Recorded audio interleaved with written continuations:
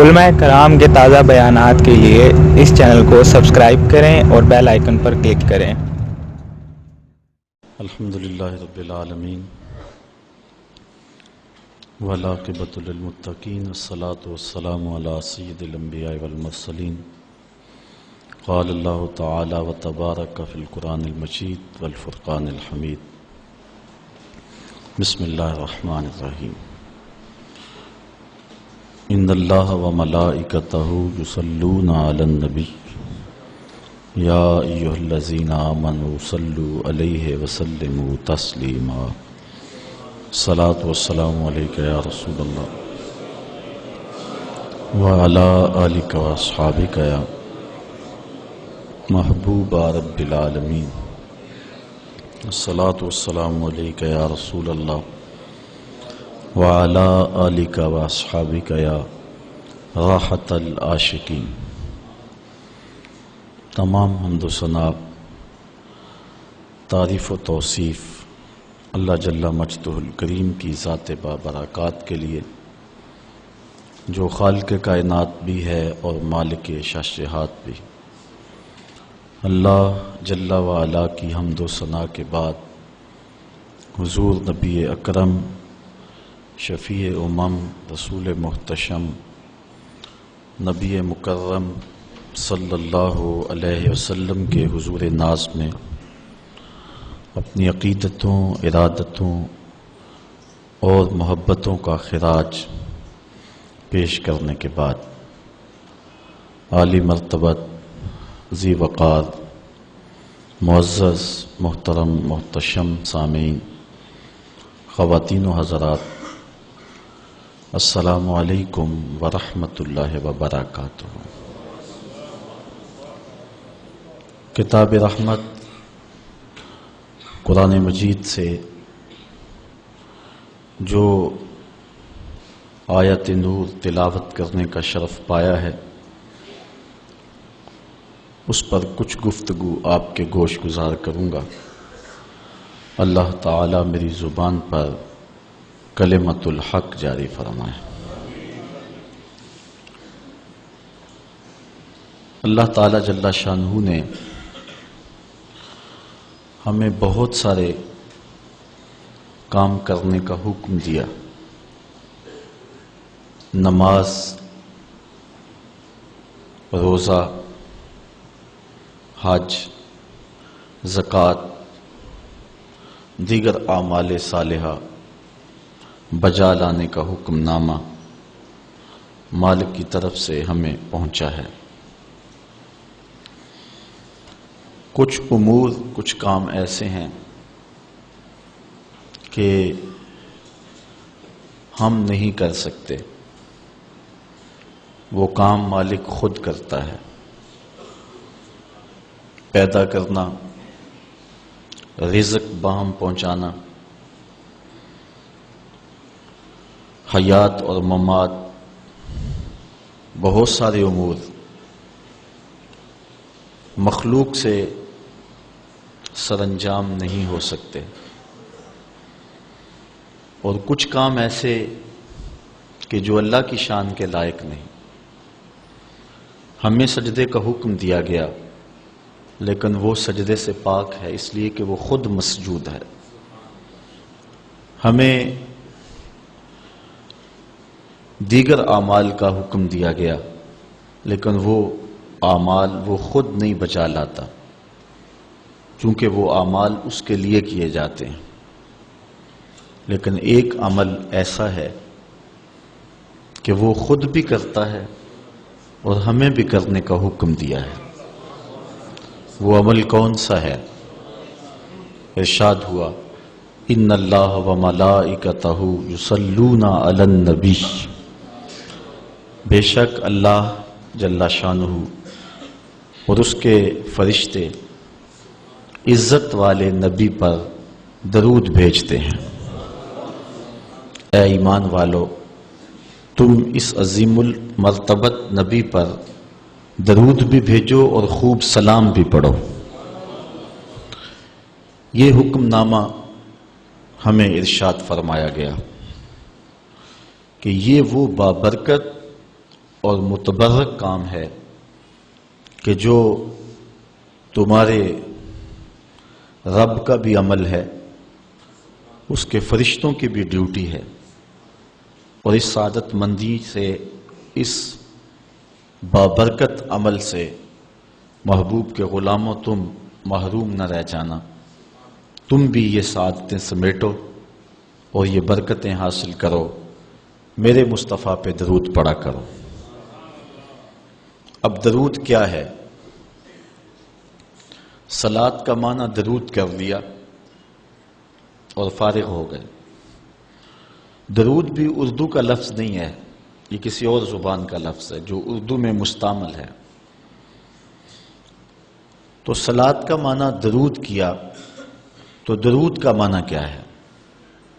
تو ہمیں صلاۃ کے معنی ڈھونڈنے پڑیں گے کہ یہ جو حکم دیا گیا ہے اس کا مطلب کیا ہے۔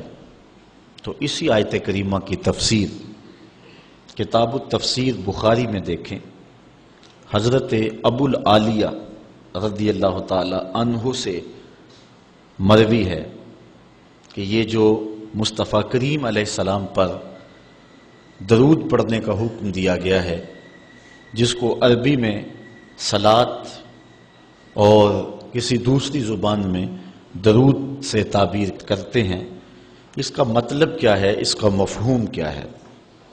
تو حضرت امام بخاری رضی اللہ تعالی عنہ نے اس کو حضرت ابو العالیہ رضی اللہ تعالی عنہ سے روایت کیا ہے۔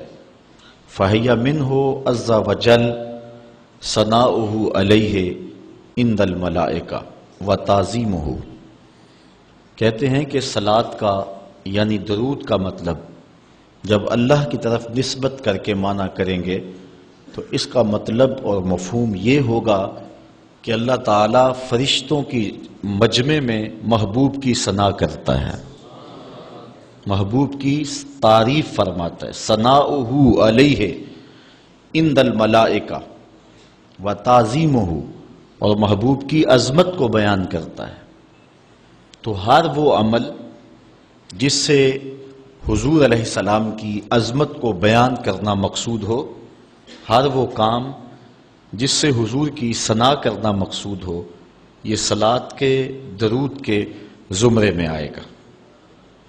حضرت علامہ محمود آلوسی شکری بغدادی علیہ رحمہ تفسیر روح المعانی میں صلاۃ کا مفہوم بیان کرتے ہوئے ارشاد کرتے ہیں، وَتَعْظِيمُهُ إِيَّاهُ فِي الدُّنْيَا بِإِعْلَاءِ ذِكْرِهِ وَإِظْهَارِ دِينِهِ وَإِبْقَاءِ الْعَمَلِ بِشَرِيعَتِهِ وَفِي الْآخِرَةِ بِتَشْفِيعِهِ فِي أُمَّتِهِ، کہتے ہیں اس کا مفہوم یہ ہے کہ دنیا کے اندر حضور علیہ السلام کی عظمت کو بیان کیا جائے اس انداز سے کہ حضور کے ذکر کو بلند کیا جائے، اور حضور کے دین کے ظہور و غلبے کے لیے کوشش کی جائے، وَإِبْقَاءِ الْعَمَلِ بِشَرِيعَتِهِ، اور حضور کی شریعت پر عمل کا دوام کیا جائے، وَفِي الْآخِرَةِ بِتَشْفِيعِهِ فِي أُمَّتِهِ، اور آخرت کے اندر اس کا مفہوم یہ ہے کہ حضور علیہ السلام شفاعت کے بازو کھولیں گے اور امت کو بخشوا لیں گے۔ یہ مفہوم حضرت علامہ محمود آلوسی بغدادی علیہ رحمہ بیان فرماتے ہیں۔ پہلا مفہوم میں نے حدیث سے بیان کیا، دوسرا مفسر کی رائے ہے، تیسرا لغت کا امام اس آیت کریمہ کی تشریح کیا کرتا ہے۔ حضرت ابن منظور افریقی علیہ رحمہ لسان العرب میں، جو کہ لغت کی معتبر کتاب ہے، صلاۃ کے مفہوم میں لکھتے ہیں، فَمَانَاهُ، اس کا معنی یہ ہے، عَظِّمْهُ فِي الدُّنْيَا، جب ہم اللہ کی بارگاہ میں عرض کرتے ہیں اللہم صلی علی سیدنا محمد، تو اس کا مفہوم کیا، اس کا معنی کیا بنتا ہے؟ تو فرماتے ہیں فَمَانَاهُ، اس کا معنی یہ ہے، عَظِّمْهُ فِي الدُّنْيَا، اے اللہ دنیا کے اندر محبوب کی عظمت کو اور بلند کر دے۔ کیسے بلند کر دے؟ بے اعلاء ذکر ہی، کہ محبوب کے ذکر کو علو اور مرتبت اور شان و شوکت عطا کر دے۔ وَإِظْهَارِ دعوتِهِ، اور حضور کی دعوت کو پھیلا دے اور پوری دنیا پہ غالب کر دے، وَإِبْقَاءِ شَرِيعَتِهِ، اور حضور کی شریعت کو دوام بخش دے، وَفِي الْآخِرَةِ بِتَشْفِيعِهِ فِي أُمَّتِهِ، اور آخرت کے اندر اس کا وہی مفہوم جو علامہ آلوسی بغدادی نے کیا کہ حضور علیہ السلام کو جو حق شفاعت دیا جائے گا، اس کے لیے اللہ سے دعا مانگنا۔ اور حضور نے خود ارشاد فرمایا کہ میرے لیے وسیلے کی دعا مانگو۔ یہ جو ہم اذان کے بعد دعا مانگتے ہیں کہ اے اللہ ہمارے آقا و مولا کو مقام وسیلہ عطا فرما، اور حضور علیہ السلام کے لیے یہ دعا مانگنا ہے، اور حضور مقام محمود پہ جلوہ فروز ہوں گے، اور وہاں حضور کو خاص کلمات دیے جائیں گے جو اس سے قبل نہ کسی نے بولے ہیں نہ اس کے بعد کوئی استعمال کرے گا۔ وہ حضور کو القاء کیے جائیں گے اور ان خاص لفظوں سے حضور اللہ کی تعریف فرمائیں گے، اللہ کی حمد بولیں گے، اور اس حمد کے صلے میں اللہ تعالیٰ محبوب سے فرمائے گا، محبوب مانگتا ہے جو میں تجھے عطا کرتا ہوں۔ تو حضور کیا مانگیں گے؟ خود فرمایا کہ ہر نبی کو اللہ نے دعا کا کوٹا دیا ہے، اس نے وہ دعا دنیا پر ہی مانگ لی، لیکن میں نے اپنی دعا کو آخرت کے لیے بچا کے رکھا ہے، اور وہ کیا ہے کہ میں گناہ گاروں کی شفاعت کے لیے اللہ کے حضور عرض کروں گا۔ یہاں امام اہل محبت امام احمد رضا خان فاضل بریلوی کا انداز دیکھیے، پیش حق مجدہ شفاعت کا سناتے جائیں گے، آپ روتے جائیں گے ہم کو ہنساتے جائیں گے، وسعتیں دی ہیں خدا نے دامن محبوب کو، جرم کھلتے جائیں گے اور وہ چھپاتے جائیں گے۔ جب دامن شفاعت کھولیں گے تو بڑے بڑے گناہ گار اس شفاعت کی پناہ میں آ جائیں گے، بلکہ شفاعت کا جب دامن کھلے گا تو نیکوکار بھی گناہ گاروں کی صفوں میں شامل ہونے کی کوشش کریں گے کہ ہم حضور کی شفاعت کے حقدار بن جائیں۔ وہ کسی نے کسی موقع پہ اپنے ذوق میں اور اپنی لے میں پڑھا کہ وہ اپنا مقدمہ کیسے ہار سکتا ہے جس کے حضور وکیل ہوں، تو لوگوں نے داد دی، میں بھی اس مجمع میں بیٹھا تھا، بہت پرانی بات ہے، تو میں نے اس زمانے میں اس کو ٹوک دیا، روک دیا، میں نے کہا نہ یوں نہ کہو، حضور ہمارے وکیل ہیں، لیکن وکیل نگہبان کے معنی میں، لیکن تم بات مقدمے کی کر رہے ہو، مقدمے والے وکیل ایڈوکیٹ کے معنی میں نہیں ہے، چونکہ جو وکیل ہوتا ہے وہ جج کو کہتا ہے صاحب میرے موکل نے یہ جرم نہیں کیا لہٰذا چھوڑ دیں، اگر جرم ثابت ہو جائے تو پھر سزا پکی ہوتی ہے، تو جو وکیل ہوتا ہے وہ یہ ثابت کرتا ہے کہ میرے موکل نے جرم نہیں کیا لہٰذا چھوڑا جائے۔ حضور ہمارے وکیل نہیں ہیں، ہمارے شفیع ہیں۔ وکیل کہتا ہے جرم نہیں کیا چھوڑ دے، اور شفیع کہتا ہے سب کچھ کیا ہے میرا آنا دیکھ لے۔ حضور وکالت نہیں فرمائیں گے، حضور شفاعت فرمائیں گے، اور حضور کی شفاعت سے بڑے بڑے گناہ گاروں کو نجات ملے گی۔ شفاعتی لأہل الکبائر من امتی، حضور فرماتے ہیں کہ میں امت کے بڑے بڑے گناہ گاروں کی سفارش کروں گا۔ تو یہ حضور علیہ السلام کو حق دیا جائے گا آخرت کے میدان میں، اور آقا کریم علیہ السلام سجدے میں سر رکھیں گے۔ بخاری شریف میں حدیث شفاعت اٹھائیں، ایک بار نہیں 4 بار سر رکھیں گے، اور ہر بار رب کہے گا کہ مالک سر انور تو اٹھاؤ، جو کہو وہ مان لیں گے، جس کی سفارش کرو گے وہ قبول کر لیں گے، اور پھر حضور سفارش کرتے چلے جائیں گے اور امت کو بخشواتے چلے جائیں گے۔ فرمایا اوتیت الشفاعہ، مجھے شفاعت دی گئی، اور ہر نبی کو ایک دعوی مستجابہ قبول ہونے والی دعا زندگی میں عطا کی گئی، دعا کا خصوصی کوٹا دیا گیا، ہر نبی نے وہ دعا کا حق دنیا پہ استعمال کر لیا، لیکن فرمایا کہ غلاموں میں نے وہ دعا تمہارے لیے بچا کے رکھی ہوئی ہے۔ یہاں فاقے کاٹ لے، تکلیفیں کاٹ لی، دکھ برداشت کر لیے، اذیتیں تکلیفیں کیا کچھ نہیں تھا جو حضور علیہ السلام نے برداشت نہیں کیا، لیکن وہ شفاعت کے لیے حضور قیامت کے دن بازو رحمت کھولیں گے تو پھر گناہ گاروں کی نجات کی ضمانت ہوگی۔ تو حضرت علامہ ابن منظور افریقی علیہ رحمہ فرماتے ہیں کہ یہ مفہوم ہے صلاۃ کا۔ جب درود کی نسبت اللہ تعالیٰ کی طرف ہو تو اس کا مفہوم ہوتا ہے نزول رحمت، اللہ تعالیٰ جل شانہ اپنے محبوب پر مزید رحمتوں کا نزول فرماتا ہے، جس سے حضور کے درجے بلند ہوتے ہیں اور حضور کی عظمت میں اور اضافے ہوتے ہیں۔ اور جب فرشتوں کی طرف نسبت کی جائے تو فرشتوں کی طرف نسبت بھی دعا کے معنی میں ہے، اور جب ہم اللہ کی بارگاہ میں یہ دعا مانگتے ہیں کہ اے اللہ اس پیارے محبوب علیہ السلام پر رحمت نازل فرما، تو یہ اللہ کی بارگاہ میں گزارش ہوتی ہے۔ اسی لیے علماء نے کہا کہ درود ایک ایسا وظیفہ ہے جو کسی صورت میں رد نہیں ہوتا، چونکہ ہم یہ کہتے ہیں اے اللہ اپنے پیارے نبی پر رحمت نازل فرما، وہ تو پہلے ہی فرما رہا ہے، تو ہم کہیں یا اللہ اپنے نبی پہ رحمت نازل فرما، تو کیا اللہ فرمائے گا کہ میں نہیں فرماتا؟ اس لیے یہ ہو ہی نہیں سکتا۔ علماء کہتے ہیں کہ جو درود ہے وہ بہر صورت قبول ہوتا ہے۔ اس لیے حضرت عمر رضی اللہ تعالیٰ عنہ فرماتے ہیں کہ دعا کو درود کے ساتھ جوڑ لو، درود تو قبول ہونا ہی ہونا ہے، تمہاری دعا بھی قبول ہو جائے گی۔ چونکہ اللہ تعالیٰ جل شانہ کی یہ شان نہیں ہے کہ بعض کو قبول کر لے اور بعض کو ترک کر دے۔ ہماری فقہ کا بھی مسئلہ ہے، اگر آپ نے کسی سے سودا لیا ہے، اس میں کوئی ردی چیز آ گئی ہے اور کچھ صحیح آ گئی ہے، اب یہ نہیں آپ کر سکتے کہ جو صحیح ہے وہ رکھ لیں اور ردی واپس کر دیں، یا تو وہ صحیح کے ساتھ ردی بھی قبول کرنا پڑے گی اور یا پھر جو ہے وہ صحیح بھی واپس کرنا پڑے گی۔ یہ نہیں ہوگا کہ مرضی کی رکھ لی اور مرضی کی واپس کر لی، یا سارا سودا قبول کرنا پڑے گا یا سارا سودا واپس کرنا پڑے گا۔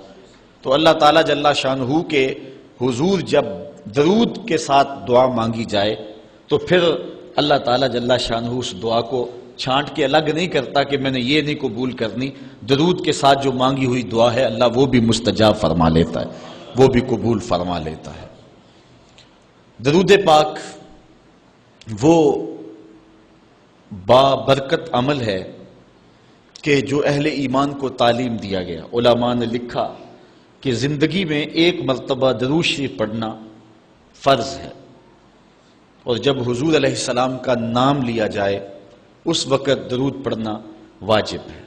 اس کے علاوہ بھی وجوب کے اور بہت سارے مقامات علماء نے بیان کیے، اور نمایاں 40 مقامات علماء نے بیان کیے جہاں درود شریف پڑھنا مستحب ہے، لیکن بعض مقامات پہ درود شریف پڑھنا مکروہ بھی ہے، جس طرح باتھ روم اور اس قبیل کے اور مقامات اور جگہ اور جو ہے وہ احوال ایسے ہیں جہاں درود شریف نہیں پڑھا جائے گا۔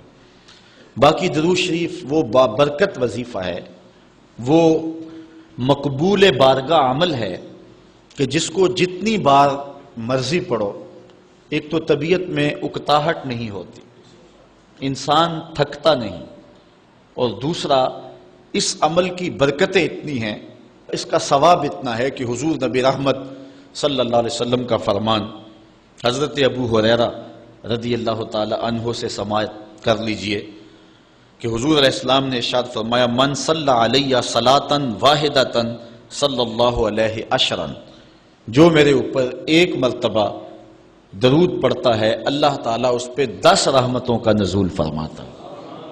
یہ اس بابرکت وظیفے کا نتیجہ ہے جو بندہ مومن کو نصیب کر دیا جاتا ہے۔ دوسری روایت حضرت انس بن مالک رضی اللہ تعالی عنہ سے مروی ہے ان النبی صلی اللہ علیہ وسلم قال من ذکرت عنده فلیصلی علی ومن صلی علی مرۃ صلی اللہ علیہ بہا عشرا۔ حضور نے فرمایا کہ جس شخص کے سامنے میرا ذکر کیا جائے اس کو میرے پہ درود پڑھنا چاہیے، اس لیے کہ جس نے میرے اوپر ایک مرتبہ درود پڑھا اللہ تعالیٰ اس پہ 10 رحمتیں نازل فرماتا۔ علماء نے ایک بڑی خوبصورت بات لکھی، وہ کہتے ہیں کہ اصل درود پڑھ کر کے اپنے لیے رحمتیں طلب کرنا ہوتا ہے رب سے، چونکہ مصطفیٰ کریم علیہ السلام ہمارے درود کے محتاج، بندہ کہ میں درود پڑھ رہا ہوں، جب ہم نہیں تھے اس وقت بھی مصطفیٰ پہ درود پڑھا جا رہا تھا، جب کائنات کو خلق وجود بھی نہیں دیا گیا تھا مصطفیٰ پہ درود اس وقت بھی پڑھا جا رہا تھا۔ تو یہ ہم اپنی سعادت مندی حاصل کرتے ہیں۔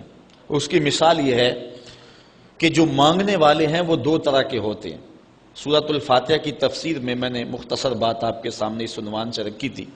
ایک وہ ہیں کہ جو ڈائریکٹ دروازے کو دستک دے کے صاحب خانہ سے مانگتے ہیں، صاحب خانہ اپنی توفیق کے مطابق اس کو دے نہ دے اس کی مرضی۔ اور مانگنے والوں کا ایک اور طریقہ ہوتا ہے کہ وہ مانگتے نہیں، کسی شخص کے دروازے پہ کھڑے ہو کے اس کو دعائیں دینے لگتے ہیں تیرے بچوں کی خیر، تیرے والدین کی خیر، جہاں دادے پر دادے سے شروع ہوتے ہیں اور نیچے نسل تک آتے ہیں، تو وہ جب دعائیں مانگ رہے ہوتے ہیں تیرے خاندان کی، تیری جد کی خیر، تو گھر والا سمجھتا ہے جو ہمیں دعائیں دے رہا ہے اصل خود خالی جھولی لے کر آیا ہے، یہ کچھ مانگنا چاہتا ہے۔ تو کوئی شخص اللہ کی بارگاہ سے مانگنا چاہے، اللہ تو اولاد سے پاک ہے، تو اس کے محبوب کی خیر مانگو، اللہ تعالیٰ ایک بار خیر مانگو گے 10 رحمتیں جھولی میں ڈال دے گا۔ تو یہ مانگنے کا ایک مہذب طریقہ ہے جو اہل ایمان مانگتے ہیں۔ اس لیے اگر سارے وظیفے چھوڑ کے صرف درود پڑھا جائے تو یہ کیسا عمل ہے۔ حضرت ابی بن کعب رضی اللہ تعالیٰ عنہ سے مروی روایت ابھی آ رہی ہے، آپ دیکھیں گے کہ یہ کتنا بابرکت وظیفہ ہے جس کی تعلیم حضور ارشاد فرما رہے ہیں۔ حضور علیہ السلام کا ایک اور فرمان سنیے جس کو امام طبرانی نے اپنی موجم میں روایت کیا ہے۔ حضور نے ارشاد فرمایا من صلی علیہ صلاۃ واحدۃ صلی اللہ علیہ عشرا، جو میرے اوپر ایک مرتبہ درود پڑھتا ہے رب تعالیٰ اس پر 10 رحمتیں نازل کرتا ہے۔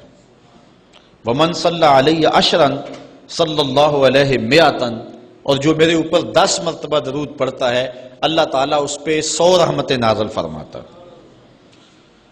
ومن صلی علیہ مئۃ کتب اللہ بین عینیہ براۃ من النفاق وبراۃ من النار، اور جو شخص میرے اوپر 100 مرتبہ درود پڑھتا ہے اس کی 2 آنکھوں کے درمیان لکھ دیا جاتا ہے یہ بندہ منافق بھی نہیں ہے دوزخی بھی نہیں ہے، یہ نہ منافق ہے اور نہ دوزخی ہے، نفاق سے اور دوزخ سے بری لکھ دیا جاتا ہے۔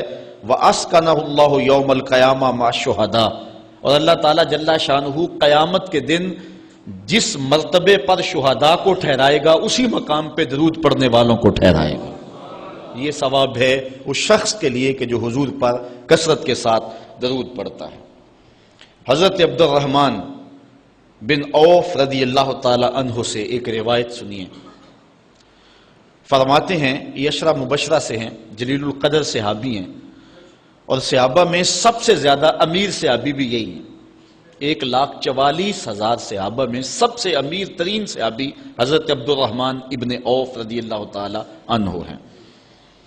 آپ فرماتے ہیں کہ خرج رسول اللہ صلی اللہ علیہ وسلم فاتبعته حتى دخل نخلا فسجد فاطال السجود حتى خفت او خشیت ان يكون الله قد توفاه او قبضه۔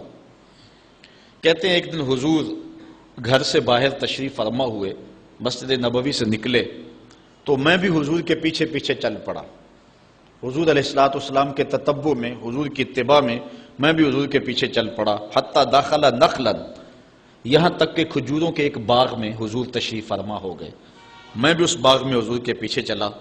میں نے کیا دیکھا؟ فسجدہ، حضور نے سجدہ فرمایا، فاطال السجود، اور سجدہ اتنا لمبا تھا، حتی خفت او خشیت ان یکون اللہ قد توفی او قبضہ، مجھے ڈر لگا کہ حضور علیہ السلام کا وصال ہو گیا، کہ حضور نے سر انور رکھا سجدے میں پھر اٹھا ہی نہیں رہے تھے، تو میں ڈرا اس بات سے کہ کہیں حضور کا وصال نہ ہو گیا ہو، حضور علیہ السلام اس دار فانی سے کوچ نہ کر گئے ہوں۔ تو کہتے ہیں کہ قال فجئت انظر فرفع راسہ، میں دیکھ ہی رہا تھا کہ اچانک حضور نے سر انور اٹھا لیا۔ فقال مالک یا عبد الرحمن، تو میرا رنگ اڑا ہوا تھا، میری طبیعت کے اوپر ایک عجیب کیفیت تھی، حضور نے سر اٹھایا اور مجھے اس حالت میں دیکھا، کہا کہ اے عبد الرحمن تجھے کیا ہو گیا؟ میں نے کہا فذکرت ذالک لہ، جو مجھے ہوا تھا میں نے وہ بتا دیا، میں تو ڈر گیا تھا، چونکہ صحابہ کی زندگی ہی تو حضور کے نام سے تھی، اور آقا کریم کی زندگی کے ساتھ اور حضور کی حیات کے ساتھ ہی تو وہ جیتے تھے بلکہ اڑتے تھے، اور صحابہ رضوان اللہ علیہ مجمعین کے لیے سب سے مشکل وقت حضور علیہ السلام کی وفات کا وقت تھا، ان سے برداشت نہیں ہوتا تھا۔ آپ نے پڑھا ہوگا سیر میں، علماء سے سنا ہوگا، حضرت عمر نے تلوار نکال لی تھی حضور کے وصال پر، کوئی کہے تو صحیح حضور کا وصال ہو گیا میں گردن کاٹ دوں گا، روتے تھے، عجیب کیفیت تھی۔ حضرت ابوبکر صدیق نے ہاتھ آگے کیا، لیکن حضرت عمر جو ہیں وہ ان کی بات بھی سننے کے لیے تیار نہیں تھے۔ حضرت بلال چیخیں مارتے تھے، عجیب حالت تھی۔ حضرت سیدہ فاطمہ کہتی تھی سبت علی مصائب لو انہا صبت علی الایام سرنا لیالیا، لوگوں میرے اوپر جو مصیبتیں ٹوٹ پڑی ہیں، اگر وہ چٹے دنوں پہ پڑتی تو وہ بھی کالی راتیں بن جاتے، اتنی مصیبتیں آ گئی۔ حضور علیہ السلام کے وصال پر یہ صحابہ کی کیفیت۔ حضرت زید بن عبداللہ اپنے باغ کو پانی دے رہے تھے، حضرت امام زرقانی نے لکھا ہے ان کے بیٹے نے جا کے کہا کہ ابا جی کوئی بات سنی ہے؟ انہوں نے کہا بتاؤ بیٹے کیا ہوا ہے؟ کہا حضور کا وصال ہو گیا۔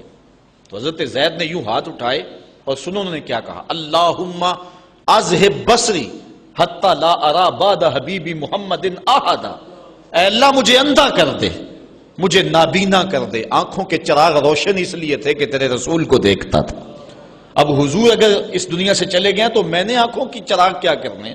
تو اللہ تعالیٰ نے ان کی دعا قبول فرما لی اور وہ فوراً نابینا ہو گئے۔ کسی نے بعد میں ان کے پاس جا کر افسوس کیا کہ تمہاری آنکھوں کی بینائی جاتی رہی ہے، بڑا افسوس ہوا ہے۔ وہ فرمانے لگے تمہیں ہوا ہوگا، مجھے تو کوئی نہیں ہوا، میں تو حضور کے بغیر کسی کو دیکھنا ہی نہیں چاہتا۔ اور اعلیٰ حضرت فرماتے ہیں کون نظروں پہ چڑھے دیکھ کے تلوا تیرا، جس نے آپ کو دیکھا پھر وہ کسی کو جو ہے وہ اور کیوں دیکھے۔ تو یہ صحابہ کی کیفیت تھی۔ بلکہ غدابہ نامی اونٹنی جس پہ حضور سواری کیا کرتے تھے، کتب میں آتا ہے، صحیح روایات ہیں، وہ حضرت فاطمہ زہرا کی دہلیز پر سر رکھ کے رویا کرتی تھی۔ اور وہ یافور نامی دراز گوش جس پہ حضور سواری کیا کرتے تھے، جس کو ہم اپنی زبان میں گدھا کہہ لیتے ہیں لیکن نسبت رسول سے ہوگی تو پھر اس کو دراز گوش کہیں گے، تو وہ قبیلہ بنو سلیم کے کنویں میں چھلانگ لگا کے مر گیا کہ جب حضور چلے گئے ہیں تو ہم نے جی کے کیا لینا۔ یہ کیفیت جانوروں کی تھی۔ اللہ اکبر۔ تو حضور کی جدائی کا صدمہ کون برداشت کرے؟ آپ نے سنا نہیں کہ اس طرح حنانہ حضور کے فراق میں کیسے تڑپ تڑپ کے روتا تھا؟ صحاح میں روایت ہے، لگتا تھا جس طرح پھٹ جائے گا۔ اور آقا کریم ممبر سے نیچے اترے اور آقا نے اس کو دونوں ہاتھوں میں لیا، پھر تسلی دی، اور ایسے لگا جس طرح کہ بچھڑا ہوا بچہ ماں کی گود میں آ جائے تو اس کی گگھی بن جاتی ہے، یہ کیفیت ہوئی۔ پھر حضور ممبر پہ جلوہ فراز ہوئے اور صحابہ سے مخاطب ہو کے کہا لو لم افعل ھکذا لھن الی یوم القیامہ، اگر میں اپنے عاشق زار کو ممبر سے اتر کے یوں تسلی نہ دیتا تو یہ لکڑی کا ستون قیامت تک روتا ہی رہتا۔ اللہ اکبر۔ یہ ہے حضور کے پیار کی کیفیت۔ ان کے لیے مشکل مرحلہ تھا۔ تو حضرت عبد الرحمن بن عوف رضی اللہ تعالیٰ عنہ کہتے ہیں میں نے جو میرے پہ بیتی تھی نا، جو میری حالت ہوئی تھی، میں نے صاف صاف عرض کی حضور میں تو بہت پریشان ہوا تھا۔ تو حضور نے فرمایا فقالا ان جبرائیل علیہ السلام قال لی، سنو کہ جبریل امین میرے پاس آئے اور انہوں نے مجھے آ کے کہا الا ابشرک ان اللہ عز وجل یقول، کہ حضور میں آپ کو بشارت نہ دوں کہ رب کیا کہتا ہے؟ وہ یہ کہتا ہے من صلی علیک صلیت علیہ ومن سلم علیک سلمت علیہ۔ ذرا دیکھیے لفظ، حضور فرماتے ہیں میں کیوں سجدے میں گیا تھا؟ سنو اے عبد الرحمن ابن عوف واقعہ کیا ہوا، میں اتنا لمبا سجدہ کیوں کیا؟ کہا میرے پاس جبریل آئے اور جبریل نے مجھے رب کا سندیسہ دیا، پیغام دیا کہ محبوب آپ کا رب کہتا ہے کہ آپ کا جو امتی آپ پہ درود پڑے گا میں رب ہو کے اس پہ درود پڑھوں گا، اور جو آپ کا امتی آپ کو سلام کہے گا میں رب ہو کے اس کو سلام کروں گا۔ تو حضور فرماتے ہیں فسجدت للہ شکرا، تو پھر میں سجدہ نہ کرتا، پھر میں شکر کا سجدہ نہ کرتا اور میرا سجدہ لمبا نہ ہوتا کہ اتنا کرم ہوا کہ میرا اگر غلام مجھ پہ درود بھیجے تو رب اس پہ درود بھیجتا ہے۔ اللہ اکبر۔ یہ کرم نوازیاں اس شخص پر کہ جو حضور نبی رحمت صلی اللہ علیہ وسلم پر درود بھیجتا ہے۔ آئیے حضرت عبداللہ ابن مسعود رضی اللہ تعالی عنہ سے ایک روایت سنتے ہیں۔ کہتے ہیں کہ ان للہ ملائکۃ سیاحین یبلغون عن امتی السلام، اللہ کے کچھ فرشتے ہیں جن کی ڈیوٹی یہ ہے وہ دھرتی پر گھومتے ہیں، پوری دنیا پہ چکر لگاتے ہیں، اور کرتے کیا ہیں؟ جہاں جہاں بھی کوئی شخص میرے اوپر سلام بھیجے تو وہ اس امتی کا سلام میرے تک پہنچاتے ہیں کہ حضور آپ کے فلاں امتی نے آپ تک جو ہے وہ سلام بھیجا ہے۔ اور دوسری روایت حضرت حسن رضی اللہ تعالیٰ عنہ اپنے باپ حضرت علی المرتضیٰ سے روایت کرتے ہیں کہ حضور علیہ السلام نے ارشاد فرمایا حیث ما کنتم فصلوا علیہ فإن صلاتکم تبلغنی، فرمایا علی جہاں بھی رہو میرے اوپر سلام پڑھا کرو، تمہارا سلام مجھے پہنچتا ہے، جہاں بھی رہو میرے اوپر سلام پڑھنے کو عمل کو نہ چھوڑنا۔ قیامت کے دن حضور علیہ السلام کی سب سے زیادہ قربت کس شخص کو نصیب ہوگی؟ تو وہ روایت ہے حضرت عبداللہ ابن مسعود رضی اللہ تعالی عنہ سے کہ حضور نے فرمایا ان اول الناس بی یوم القیامہ اکثرہم علی صلاۃ، قیامت کے دن میرا سب سے زیادہ قریبی شخص وہ ہوگا کہ جو میرے اوپر کثرت کے ساتھ درود پڑا کرتا ہے۔ حضرت ابی بن کعب رضی اللہ تعالیٰ عنہ کی وہی روایت جو میں نے جس کا اشارہ دیا، روایت کرتے ہیں کان رسول اللہ صلی اللہ علیہ وسلم اذا ذهب ربع اللیل قام فقال یا ایھا الناس اذکروا اللہ جاءت الراجفہ تتبع الرادفہ جاء الموت بما فیہ جاء الموت بما فیہ۔ کہتے ہیں کہ حضور علیہ الصلوۃ والسلام جب رات کا چوتھائی حصہ باقی رہ گیا تو آقا کریم علیہ السلام نے لوگوں کو بیدار کیا، لوگوں کو جگایا کہ اٹھو اللہ کا ذکر کرو، قیامت آنے والی ہے، موت آنے والی ہے۔ حضور نے صحابہ کو بیدار کیا۔ قال ابی بن کعب رضی اللہ تعالیٰ عنہ، حضرت ابی بن کعب رضی اللہ تعالیٰ عنہ فرماتے ہیں یہ جلیل القدر صحابی ہیں اور حضور علیہ الصلوۃ والسلام ان سے قرآن سنا کرتے تھے، بلکہ ایک دن حضور گزر رہے تھے، حضرت ابی بن کعب رضی اللہ تعالیٰ عنہ تلاوت کر رہے تھے، حضور رک کے سننے لگے۔ اگلے دن ملاقات ہوئی تو فرمایا ابی میں گزر رہا تھا، تو تلاوت کر رہا تھا اور میں سنتا رہا۔ تو حضرت ابی نے کہا حضور اگر مجھے پتہ چل جاتا نا کہ آپ سن رہے ہیں تو میں اور سوار کے پڑھتا۔ محدثین شارحین لکھتے ہیں کسی کے دکھلاوے کے لیے قرآن سوار کے پڑھنا ریاکاری ہے، لیکن اگر حضور کے دکھلاوے کے لیے پڑھا جائے یہ ریاکاری نہیں ہے، یہ عین دین ہے۔ تو حضرت ابی بن کعب رضی اللہ تعالی عنہ کہتے ہیں کہ میں نے حضور کی خدمت میں عرض کی فقلت، تو میں نے عرض کی یا رسول اللہ صلی اللہ علیہ وسلم میں آپ پر بہت زیادہ درود شریف پڑھتا ہوں، فکم اجعل لک من صلاتی، تو مجھے بتا دیں کہ میں آپ پہ کتنا وقت درود پڑھا کروں؟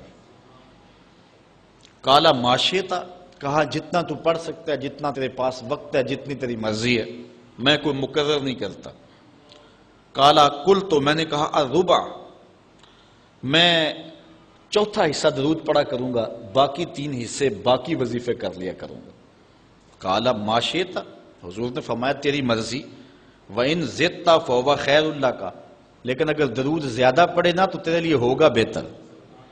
ویسے تو اگر چوتھا حصہ پڑھے، باقی 3 حصے باقی وظیفے پڑھ لے، لیکن اگر ایسا کرے تو تیرے لیے بہتر ہوگا، زیادہ اگر پڑھ لے۔ قال کہتے ہیں فقل، تو میں نے کہا فثلثین، میں 2/3 پڑھ لیا کروں گا۔ قال ما شئت، فرمایا جس طرح تیری مرضی۔ فَإِن زِدْتَ فَهُوَ خَيْرٌ لَكَ، لیکن اگر تو درود کو زیادہ کر لے تو یہ تیرے لیے بہتر ہوگا۔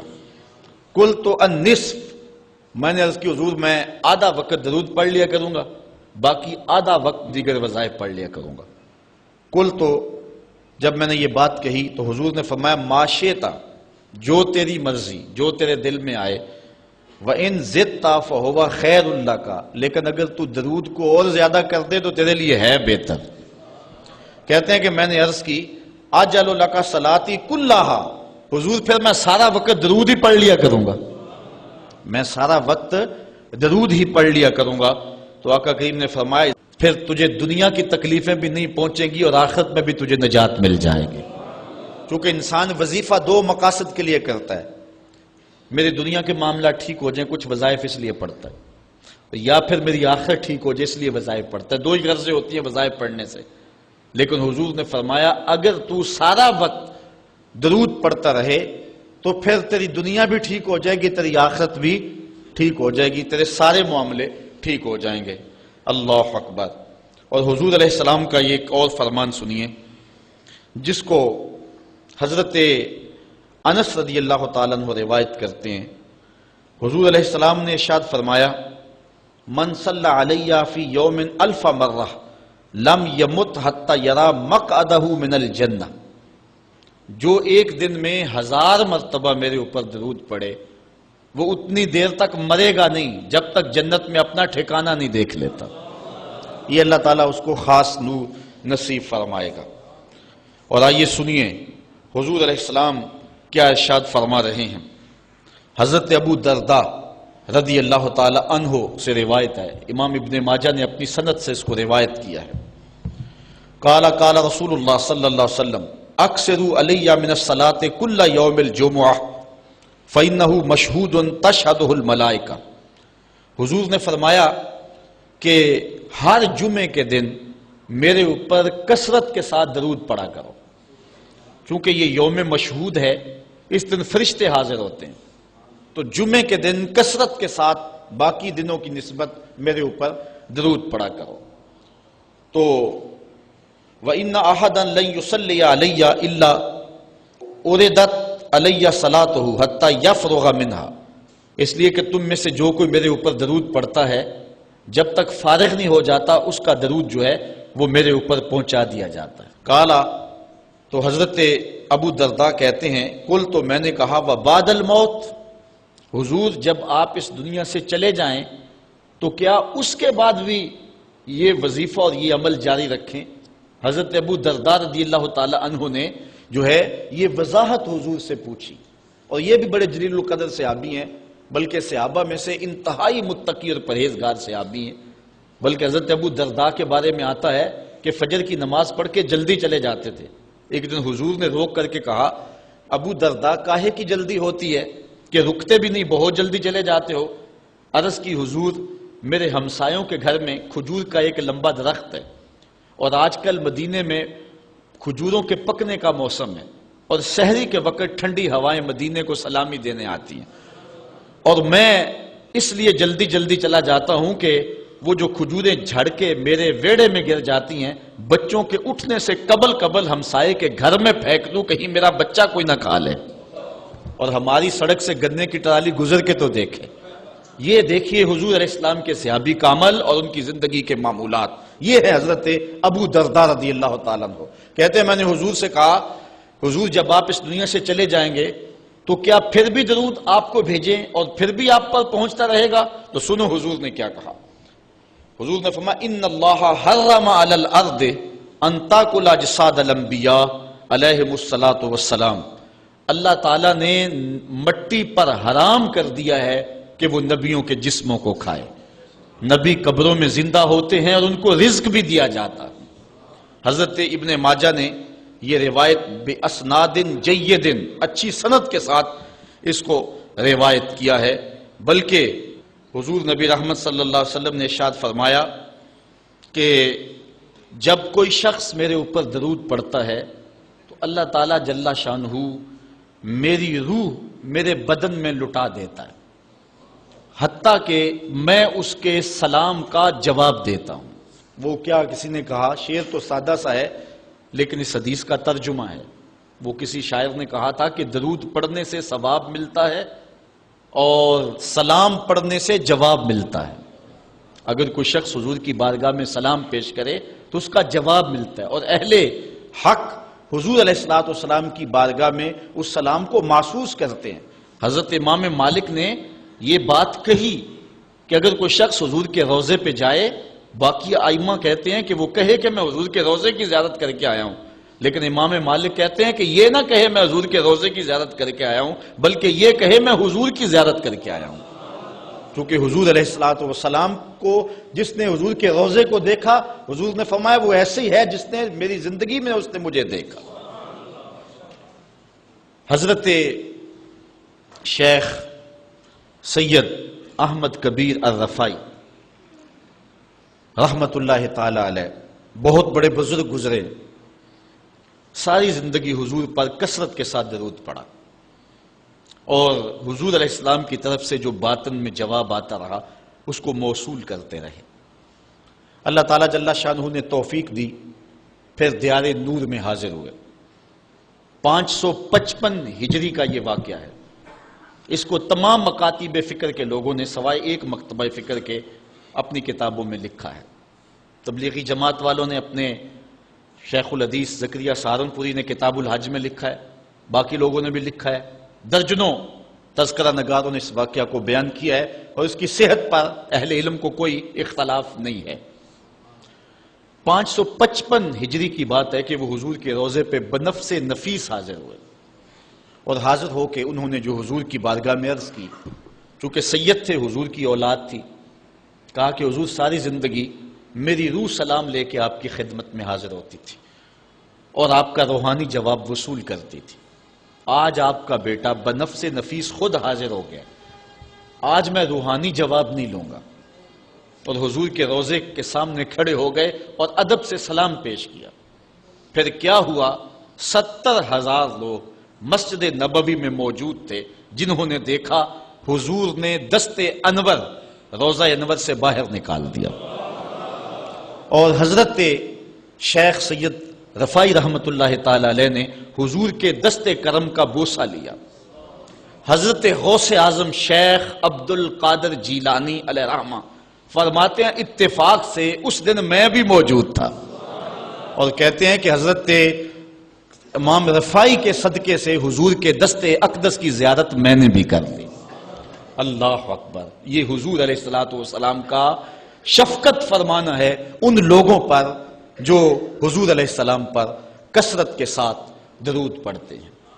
جن لوگوں نے حضور علیہ السلام کے اوپر درود پڑھنا معمول بنایا ہے، یہ موضوع اپنے دامن میں بڑی وسعت رکھتا ہے، ان پر بڑے بڑے کرم ہوئے۔ آج کا جو عنوان ہے صلو علیہ وآلہ، یہ شیخ سعدی کی مارکۃ الآراء ایک ربائی کا آخری مصرع ہے، اور متواتر صدری روایات کے مطابق حضرت شیخ سعدی شیرازی کیونکہ بہت بڑے شاعر تھے اور قادر الکلام شاعر تھے، آج صدیاں گزرنے کے بعد بھی آپ کی گلستہ اور گوستہ اور کریمہ آج بھی اسی طرح مقبول ہے جس طرح صدیوں قبل تھی۔ ورنہ کسی زمانے میں فردوسی کا شاہ نامہ پڑھا جاتا تھا، لیکن آج دنیا کو اور نئی نسل کو فردوسی کے شاہ نامے کا پتہ بھی نہیں ہے۔ لیکن کوئی بھی فارسی مذاق رکھنے والا ہو وہ شیخ سعدی سے ناآشنا نہیں ہو سکتا۔ ان کو جو مقبولیت تامہ ملی ہے، ایسے قادر الکلام شاعر کہ جس عنوان پر بھی آتے حد کرتے چلے جاتے۔ حضرت شیخ سعدی شیرازی اگر حضور کی مدح میں قلم اٹھاتے ہیں تو ان کا اسلوب بڑا خوبصورت ہے۔ کریم السجایا جمیل الشیم نبی البرایا شفیع الامم، زباں تا بود در دہاں جائے گیر ثنائے محمد بود دل پذیر، حبیب خدا اشرف انبیاء۔ اگر لکھتے ہیں تو حد کرتے چلے جاتے ہیں۔ اب انہوں نے حضور کا قصیدہ لکھنا شروع کیا، اور کیا لکھتے ہیں؟ بلغ العلا بکمالہ۔ اس کا معنی ہے کہ آپ اپنے کمال کی وجہ سے بلندیوں تک پہنچے۔ کشف الدجی بجمالہ، اور آپ کے چراغ حسن نے اندھیروں کو دور کر دیا۔ حسنت جمیع خصالہ، اور آپ کی ساری خوبیاں با کمال ہیں۔ ربائی کو ربائی اس لیے کہتے ہیں کہ وہ 4 اشعار پر مشتمل ہوتی ہے۔ اب 3 اشعار کے اندر بھی جو ہے وہ مضمون تھا، وہ مکمل ہو گیا، اور انسان جب مضمون کو مکمل کر لے تو اس وقت پھر نیا جملہ لانا اس کے لیے مسئلہ بن جاتا ہے کہ آگے لکھے تو کیا لکھے، مضمون تو مکمل ہو گیا۔ اب یہاں کیا تھا؟ بلغ العلا بکمالہ کشف الدجی بجمالہ حسنت جمیع۔ اگر اس کا معنی ذہن میں ملحوظ رکھیں تو آگے جو چوتھا جملہ ہے اس پہ آپ کو لطف آئے گا۔ بالغ العلا بکمالہ، وہ اپنے کمال سے، اپنی طاقت پرواز سے، اپنی قوتوں سے، اللہ کی دی ہوئی عطا سے وہاں تک پہنچے جہاں تصور بھی نہیں پہنچ سکتا۔ کشف الدجی بجمالہ، ان کے جمال نے کائنات میں اجالے پھیلا دیے، روشنیاں کر دی، اندھیرے چھٹ گئے۔ پھر آخر میں حسنت جمیع خصالہ، کیا بتائیں، ان کی ہر خوبی، ہر خو و خصلت ہی اچھی ہے۔ اب بات تو مکمل ہو گئی، لیکن ربائی چاہتے تھے۔ شیخ سعدی پریشان ہے، اسی پریشانی میں نیند آ گئی، سوئے تو حضور کا دیدار ہوا۔ فرمایا سعدی آگے کہتے کیوں نہیں ہو، صلو علیہ وآلہ، صلو علیہ وآلہ، اور بنتا ہی یہ ہے۔ میں اصل خود بھی شاعری سے تعلق رکھتا ہوں، کسی زمانے میں کچھ لکھا بھی ہے، لیکن یہاں تھوڑا سا میں آپ کو اپنے ساتھ اس لیے سفر کروا رہا ہوں کہ آپ اقبال کے دیس کے باسی ہیں، اس لیے آپ سے ایسی باتیں میں کر لیتا ہوں، ورنہ بعض کا یہ ایسی باتیں نہیں چھیڑتی، یہ مشکل ہوتی ہیں، لیکن آپ لوگوں کے خمیر اور مزاج کے اندر جو ہے یہ لذت اور یہ چاشنی موجود ہے۔ اب ذرا توجہ کیجئے، بلغ العلا بکمالہ، وہ بلندیوں پر پہنچ گئے۔ کشف الدجی بجمالہ، اپنے جمال سے اندھیرے چھٹا دیے، دور کر دیے۔ حسنت جمیع خصالہ، کیا بتائیں، ان کی ہر خوبی ہی با کمال ہے۔ تو جب ہر خوبی با کمال ہے تو پھر جی نہیں چاہتا کہ پڑھو صلو علیہ وآلہ۔ یعنی پھر دل اچھلتا ہے، روح پکارتی ہے، جو اتنی خوبیوں کا منبع و مصدر ہے، اتنے کمالات کا جامع ہے، جس کے دم سے اندھیرے چھٹ گئے، جس کے دم سے کائنات میں اجالے پھیل گئے، تو پھر کیوں جی نہیں چاہتا کہ اس نبی پر درود پڑھا جائے؟ صلو علیہ وآلہ، آؤ اس نبی پہ درود پڑھو، اس نبی پہ سلام پڑھو، اس نبی پہ بھی درود پڑھو، اس کی آل پہ بھی درود پڑھو۔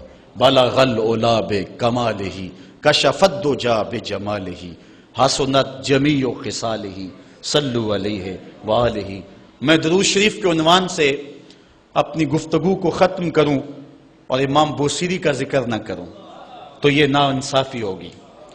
حضرت امام بوصیری فالج زدہ ہیں، ساری زندگی بادشاہوں کے قصیدے لکھے ہیں، ساری زندگی بادشاہوں کی کہانیاں بیان کی ہیں، ان سے اعزازات پائے ہیں، تکریمات پائی ہیں، لیکن عمر کا آخری حصہ آیا، جسم فالج زدہ ہو گیا، سارے چھوڑ گئے۔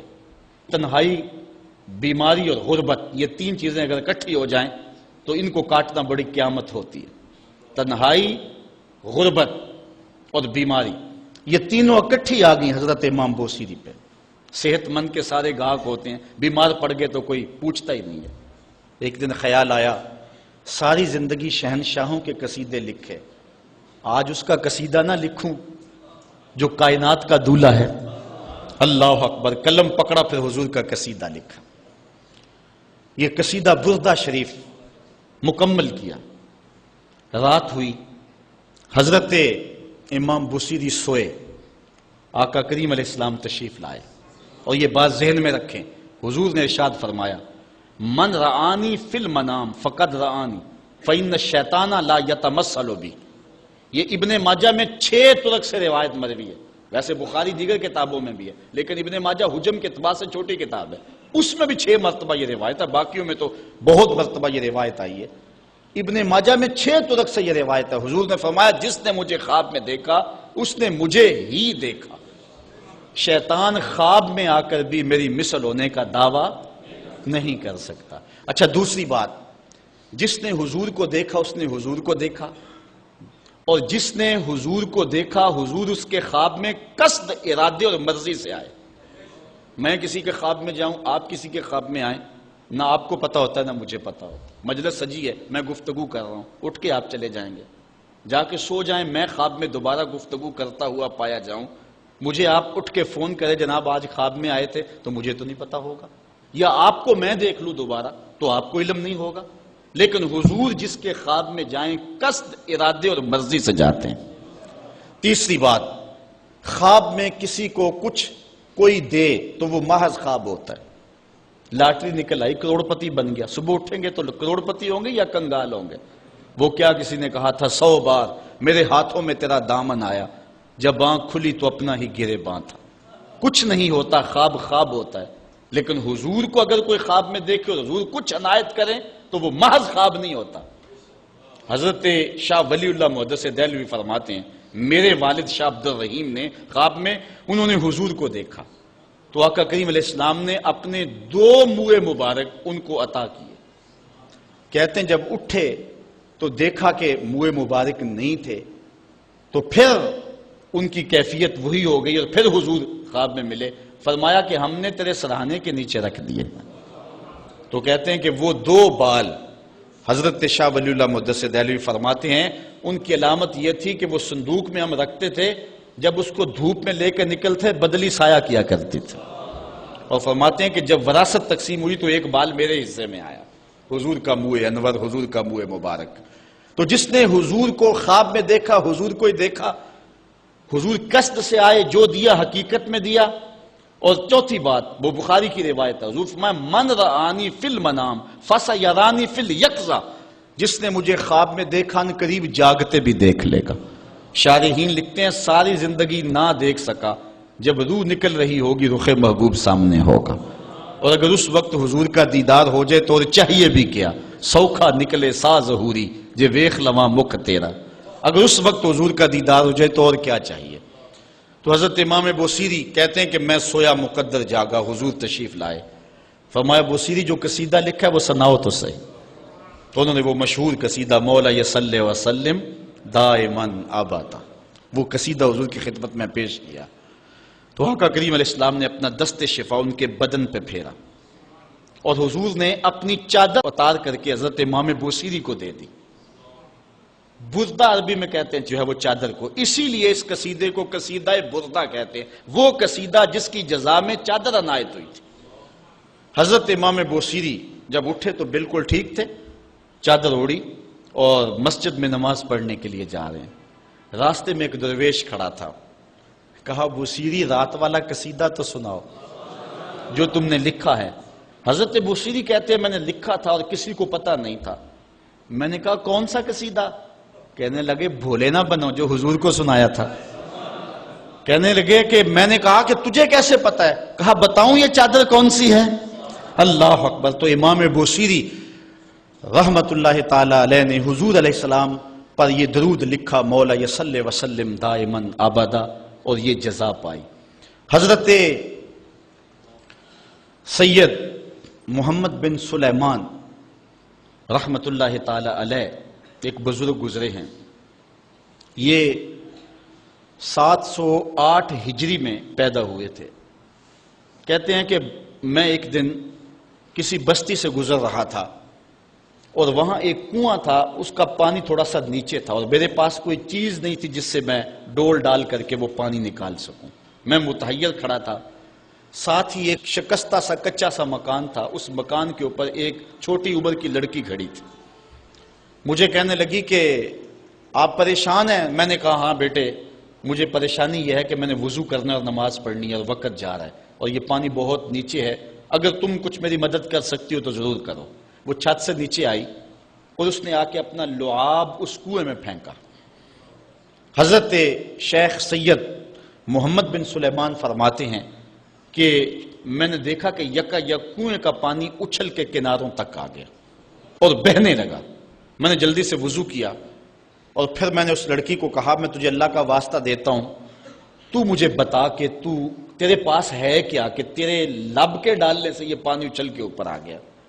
تو اس لڑکی نے مجھے کہا کہ یہ جو مرتبہ مجھے ملا ہے بکثرت الصلاۃ علی من کان اذا مشى فی البر تعلقت الوحوش باذیالہ، یہ مرتبہ میں اس پر درود پڑھ کے حاصل کیا ہے جب وہ جنگل سے گزرتے تھے تو جو جانور تھے قدموں سے لپٹ جاتے تھے، میں ان پر درود پڑھنے کی برکت سے جو ہے وہ یہ مرتبہ حاصل کیا ہے. تو حضرت سید محمد بن سلیمان کہتے ہیں کہ پھر میں نے ارادہ کر لیا کہ میں ساری زندگی حضور علیہ السلام پر درود پڑھتے ہوئے اور درود لکھتے ہوئے گزاروں گا.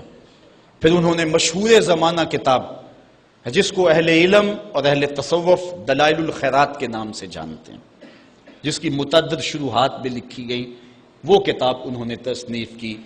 اور اس کتاب کی خصوصیت یہ ہے کہ جو شخص اس کتاب کو باقاعدگی کے ساتھ پڑھے اس کو حضور کا دیدار نصیب ہوتا ہے. اور اس کتاب کو پڑھنے والے، میں نے ایک روایت میں پڑھا ہے کہ جو شخص حضور علیہ السلام پر کثرت سے درود پڑھے اللہ تعالیٰ اس درود کی برکت سے اسے تو نوازتا ہے، اس کی اولاد کو اور اس کی اولاد کی اولاد کو، یعنی اس کی نسلوں کو بھی سنوار دیتا ہے. تو حضرت سید محمد بن سلیمان نے یہ کتاب لکھ کر کے درود کی زمانے پر احسان کیا، اور آج تک بالخصوص علماء روم کا عمل اس کے اوپر جو ہے وہ کثرت کے ساتھ ہے. لیکن یہاں بھی جو ہے وہ ہمارے بر صغیر پاک و ہند میں بھی دلائل الخیرات پر لوگوں کے بہت زیادہ عمل ہے. میرے والد گرامی اللہ ان کی قبر پہ کروڑوں رحمت نازل فرمائے، انہوں نے 37 سال تک بلا ناغہ دلائل الخیرات کا وظیفہ کیا ہے. اور یہ جو کچھ بھی ہے وہ کیا کسی نے کہا تھا میں جو کچھ بھی ہوں ان کی توجہ کا روپ ہوں، میری زندگی تیرے پیار کا انعام ہی تو ہے. تو یہ سارا فیضان یہ درود شریف کا فیضان ہے جو دروس قرآن کی صورت میں آپ دیکھ رہے ہیں. حضرت سید محمد بن سلیمان رحمت اللہ تعالی علیہ کا پھر انتقال ہو گیا اور سوس نامی ایک بستی کے اندر ان کو دفن کر دیا گیا. پھر اس کے بعد 77 سال کے بعد ان کو وہاں سے مراکش منتقل کیا گیا، اور آپ کو جب دفن کیا گیا، اور یہ بات اخبار مشہورہ میں سے ہے کہ آپ کی قبر کی مٹی سے درود کی برکت کی وجہ سے کستوری جیسی خوشبو آیا کرتی تھی. اور جب اتنے طویل عرصے کے بعد ان کو قبر سے نکالا گیا تو جب وہ فوت ہوئے تھے تو انہوں نے تھوڑی دیر پہلے حجامت بنائی تھی اور جب لحد سے ان کو نکالا گیا 77 برس بعد، تو ایسے لگتا تھا کہ جس طرح ابھی خط کروایا ہے، اور لوگوں نے ان کے جسم کو انگلی لگا کر کے دیکھا، تو جس طرح ایک زندہ شخص کے جسم کو انگلی لگائیں تو خون ہٹ جاتا ہے اور جگہ زرد ہو جاتی ہے، تو ایسے ہی لوگوں نے پایا کہ جگہ زرد ہو گئی، پھر انگلی اٹھائی تو جو ہے وہ پھر وہاں دوبارہ سرخی آنے لگی۔ تو اس شخص نے بتایا کہ یہ دیکھو کیا ہے، تو پھر جو بھی زیارت کرنے آتا وہ انگلی لگا کے دیکھتا اور اس طرح دباتا آپ کی جلد کو، اور وہ زرد ہو جاتی اور پھر دوبارہ خون آتا، تو پھر ان کی زیارت بند کر دی گئی، اور وہاں سوز سے اٹھا کر کے ان کو مراکش کے اندر دفن کیا گیا۔ جو شخص حضور علیہ السلام پہ درود پڑھے تو اس کو حیات جاوداں مل جاتی ہے، اور صاحب درود نبی کا کمال اور مرتبہ کیا ہوگا۔ تو فرمایا ان اللہ وملائکتہ یصلون علی النبی یا ایھا الذین آمنوا صلوا علیہ وسلموا تسلیما۔ آؤ ہم حضور کی بارگاہ میں پورے ادب سے ہدیہ درود پیش کریں۔ الصلاۃ والسلام علیک یا رسول اللہ وعلی آلک واصحابک یا محبوب رب العالمین۔ آفاق کے ہر ہر گوشے میں قرآن سنا کر دم لینا، اب رکنا نہیں، اب تھمنا نہیں، فردوس میں جا کر دم لینا، آفاق کے ہر ہر گوشے میں قرآن سنا کر دم لینا، اب رکنا نہیں، اب تھمنا